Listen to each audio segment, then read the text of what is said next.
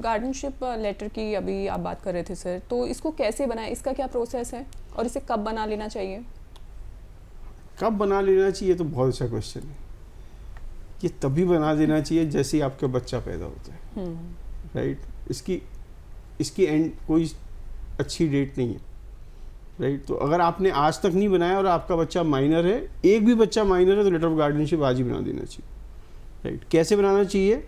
ये बेसिकली एक plain paper पे, राइट। अब मैं सिंगल पेरेंट बता रहा हूँ, I mother of so and so या I father and so appoint this person as the guardian of our child in case I pass away while the child is minor, and in case this person whom we have appointed the guardian is not ready, willing or able to become the guardian, we appoint the second person as the guardian. तो आप दो लोगों के नाम दो, मेरी पहली choice और मेरी सेकंड चॉइस, राइट।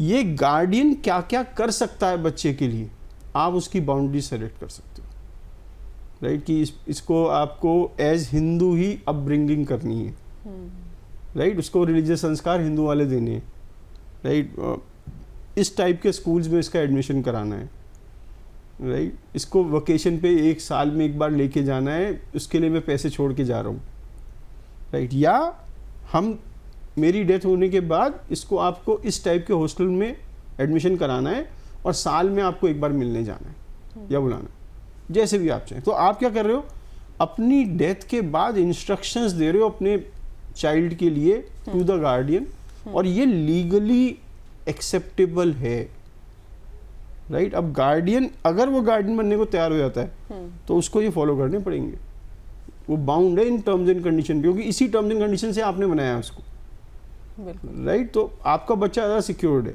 और इसमें आपको साइन करने हैं इस डॉक्यूमेंट पे, 2 विटनेस के साइन कराने हैं, और इसको अच्छा रहेगा आप सब रजिस्ट्रार ऑफिस में रजिस्टर करा दें, तो ये बिल्कुल वैलिड डॉक्यूमेंट है। और अब इसकी 3 कॉपियां बनाएं, एक कॉपी आपके लिए, एक कॉपी जिसको गार्डियन बनाया उसको दे दें, एक कॉपी सक्सेसर गार्डियन को दे दें, और एक कॉपी अगर आपके बच्चे की उम्र 10 साल से ज़्यादा है उसको ज़रूर दे दें, कि कल को कोई और ना बोले तो बच्चा तो बोले मेरे पेरेंट्स की ये चाह थी, ये इच्छा थी। यानी कि ये बताना भी बहुत ज़्यादा ज़रूरी है सर कि गार्जियन हमने आखिरकार किसको बनाया है, क्योंकि कई बार ऐसे भी कुछ केसेस हुए होंगे कि जिसमें ये बताया गया होगा, या फिर पेरेंट्स जो हैं, सिंगल पेरेंट जो है, वो सिर्फ बना देते हैं, डॉक्यूमेंट कर लेते हैं, डॉक्यूमेंटेशन सारी हो जाती है, लेकिन उसमें ये नहीं सामने बताते हैं कि आखिरकार बच्चे का बाद में गार्जियन कौन होगा, कौन देख रेख करेगा। आप बताएं नहीं खाली गार्डियन को, आप उससे लेटर ऑफ एक्सेप्टेंस लें कि I am ready, willing and able to become the guardian of your child, लिखवाओ उसे। उससे उसका मॉरल ऑब्लिगेशन आता है, लीगल तो नहीं है वो, तभी मना कर सकता है। पर एक व्यक्ति जो लिख के दे दे पेरेंट्स को कि मैं बनने को तैयार हूँ, तो बहुत मुश्किल है कि बाद में वो ना बने, बिल्कुल, राइट। तो एक्सेप्टेंस दें, बच्चों को बताएं, कल को हम दोनों नहीं रहे, राइट। जैसे आपके फादर या मदर तो ऑलरेडी नहीं है, मैं भी नहीं आ रहा हूँ, तो आपको ये करना है, ये नहीं करना, ये भी तो बहुत इंपॉर्टेंट है, क्योंकि एक 10 साल का बच्चा समझता है, और आज का 10 साल का बच्चा तो जरूर समझता है, बिल्कुल, राइट। तो उसके अंदर वो पावर है, और ये उन्हें पता है कि ये बहुत सीरियस बात हो रही है, दे रिमेंबर, राइट। तो बहुत ज़रूरी है आप एज अ सिंगल पेरेंट अपने बच्चे से ये बात करें कि कल को मुझे कुछ हो गया तो आपको ये करना है, ये नहीं करना। इन लोगों पे आप ट्रस्ट कर सकते हो, इन लोगों पे ट्रस्ट मत करना। मैंने तुम्हारे लिए ये प्रोविजंस बनाए हैं, ये आप इस तरीके से इम्प्लीमेंट करा सकते हो। बच्चे को प्रिपेयर करो, कागज़ को प्रिपेयर करने से पहले बच्चे को प्रिपेयर करो। बिल्कुल बिल्कुल। और मेंटल स्टेट अगर स्टार्टिंग से ही बच्चे की प्रिपेयर्ड हो जाएगी तो बाद में कोई प्रॉब्लम इतनी नहीं आती है। अगर सर, चूँकि आप बता रहे हैं कि गार्जियनशिप लेटर बहुत ज़्यादा ज़रूरी है, इसके अलावा भी कोई और चीज़ है जो शुरुआती दौर में ही हमें कर लेनी चाहिए? नहीं, जैसे मैंने आपको बताया, एक तो आपको विल जरूर बना देनी चाहिए। विल में आपको आपके बच्चे को फेवर में विल बना देनी चाहिए। बच्चे को अगर कुछ हो गया तो किसको मिलेगी, ये उस विल में लिखा होना चाहिए। आपके 2 बच्चे हैं तो अगर एक बच्चे को कुछ हो गया तो बाकी सब दूसरे बच्चे पे चला जाएगा, ये अभी लिख दो, राइट। तीसरा, आपको springing durable financial power attorney बनानी है। अगर मैं इनकैपेसिटेटेड हो गया तो बच्चा भी अब बिना पैसे के हो गया, मैं भी बिना पैसे के हो गया, क्योंकि मैं ऑपरेट करने लायक ही नहीं रहा अपने बैंक अकाउंट से म्यूचुअल पोर्टफोलियोज को। तो किसको मैं अधिकार दे रहा हूँ उनको ऑपरेट करने का, उसका अधिकार आपको डिफाइन करना चाहिए। तीसरा, एक डॉक्यूमेंट होता है जिसे हम कहते हैं एंड ऑफ लाइफ डॉक्यूमेंट, इसे कहते हैं लिविंग विल, कि कल को मैं डेथ बेड पे हूँ तो किन कंडीशंस में मेरे से लाइफ सपोर्ट हटा लिया जाए, उसे कहते हैं लिविंग विल।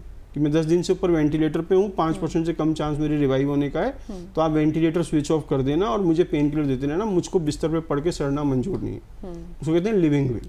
वो जरूर बनानी चाहिए जिससे कि आपकी संपत्ति आपको बचाने में खर्च ना हो जब उसको बचाने का कोई फायदा नहीं। बिल्कुल। और ज़्यादातर सिंगल पेरेंट्स को एक प्राइवेट फैमिली ट्रस्ट की ज़रूरत होती है जो कि विल और इन डॉक्यूमेंट्स की कमियों को दूर कर देता है और इंश्योर करता है कि जो आप चाहते हो अपने बच्चे के लिए वो ही हो। राइट, तो उसके बहुत सारे कारण है वाई ट्रस्ट बिकम्स बेटर, तो हम उससे फर्दर डिस्कस करेंगे जब हम इसमें और डिटेल में जाएंगे। बिल्कुल। विल और ट्रस्ट में कौन सा बेहतर विकल्प है अगर चूज किया जाए तो?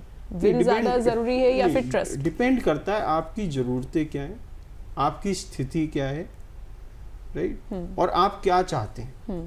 राइट, अब अगर आपका एक सिंपल सा केस है, बच्चा आपका मेजर है, सिंगल चाइल्ड है, राइट, आपको कोई रिस्क दिखाई नहीं देता, तो मे बी एक विल इनफ है। पर उसमें भी एक रिस्क है। रिस्क क्या है? आपका बच्चा मेजर है, आप सिंगल पेरेंट हो, आपने उस बच्चे के फेवर में विल बना दी। जैसे ही विल इम्प्लीमेंट हुई, बच्चा उस संपत्ति का मालिक बन गया। अब उस बच्चे के ऊपर जितने रिस्क आएंगे वो सारे आपकी प्रॉपर्टी पे भी आएंगे। बच्चे को अपनी स्पाउस से नहीं बनी, तलाक की स्थिति भी तक पहुंच गए, तो आपकी प्रॉपर्टी भी रिस्क में है, एलिमनी में। बच्चे के ऊपर कर्जा हो गया तो कर्जदार आपकी प्रॉपर्टी भी ले जा सकता है क्योंकि मालिक तो वो बन गया। अब इसकी जगह अगर मैं इस बच्चे को के फेवर में विल नहीं बनाता, मैं एक ट्रस्ट बनाता और ये सारी प्रॉपर्टी ट्रस्ट में ट्रांसफर कर देता, तो क्या होता? तो ट्रस्ट जो तलाक हो रहा है या लोन लिया है वो किसने लिया है? वो तो व्यक्ति ने लिया है, ट्रस्ट ने तो नहीं लिया। तो ये सारी प्रॉपर्टी बच जाती, ये सारी प्रॉपर्टी बच जाती। तो अगर मैं कहूँ कि हर स्थिति में एक ट्रस्ट जो है वो बेटर ऑप्शन विकल्प है देन अ विल। और हम जो रिकमेंड करते हैं, हम कहते हैं will in favour of a trust. आप विल भी बनाओ, ट्रस्ट भी बनाओ, जीवित रहते हुए जितनी प्रॉपर्टी ट्रस्ट में डाल सकते हो डाल दीजिए, पर विल को ट्रस्ट के फेवर में बना दीजिए और ट्रस्ट में लिख दीजिए कि मेरे बाद क्या होगा। अब एक सिंगल पेरेंट्स के लिए अगर ट्रस्ट बने तो कैसे बने? ट्रस्ट में हमने शोज में बताया है 3 तरीके के लोग होते हैं। एक होता है सेटलर, दूसरा होता है ट्रस्टी और तीसरा होता है बेनिफिशियरी। सेटलर वो व्यक्ति है जिसने ट्रस्ट बनाई, ट्रस्टी वो व्यक्ति है जो इस ट्रस्ट को कंट्रोल कर रहा है, चला रहा है, जिसके कहने पे ये चलती है, और बेनिफिशियरी वो है जिसके बेनिफिट के लिए बनाई गई, जिसको फायदा मिलेगा इससे। अब अगर सिंगल पेरेंट की ट्रस्ट है तो सिंगल पेरेंट सेटलर है, सिंगल पेरेंट ही ट्रस्टी है along with one more person. अब ये वन मोर पर्सन कौन हो सकता है? अगर आपका बच्चा मेजर है आप उनको ट्रस्टी बना सकते हैं, अगर वो माइनर है तो आप अपने साथ किसी और व्यक्ति को जिसको आप विश्वास करते हैं उसको ट्रस्टी बना लें। पर ऐसी ट्रस्ट में मैं उस सिंगल पेरेंट को वीटो पावर दूंगा कि वो और ट्रस्टीज के किसी भी डिसीजन को ओवर रूल कर सकते हैं, जिससे कि कंट्रोल एक्चुअली आपके पास है। बेनिफिशियरी आप हैं और आपके बच्चे हैं। अब ये डिस्क्रिशनरी ट्रस्ट बनाऊंगा मैं। डिस्क्रिशनरी क्यों बनाऊंगा? क्योंकि आप डिसाइड कर सकते हो कि 0 to 100 किसको मिलेगा।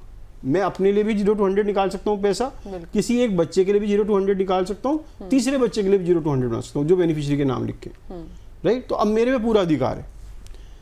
अब इसमें स्थिति होगी, पहली स्थिति होगी मैं इनकैपेसिटेड हो गया, मेरे बच्चे माइनर है, तो जो ट्रस्टी है आपके साथ उसके साथ एक और ट्रस्टी ऐड हो जाएगा और उसमें लिखा होगा हर महीने इतने पैसे निकालो इस ट्रस्ट में से और हमें दे दो।